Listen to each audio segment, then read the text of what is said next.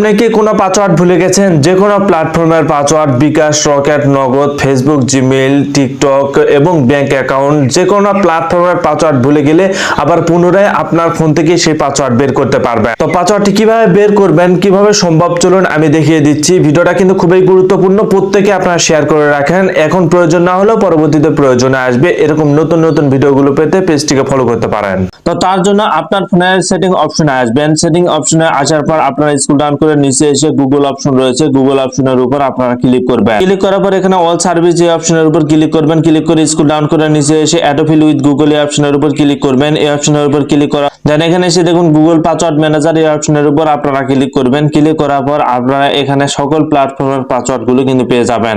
ফেসবুকের পাসওয়ার্ড, গুগলের password, জিমেইলের password, রেলওয়ের পাসওয়ার্ড, হোয়াটসঅ্যাপ, নগদ, বিকাশ, রকেট, এগুলো সকল প্ল্যাটফর্মের পাসওয়ার্ড এখানে পেয়ে যাবেন যদি পাসওয়ার্ড গুলো সেভ করা থাকে।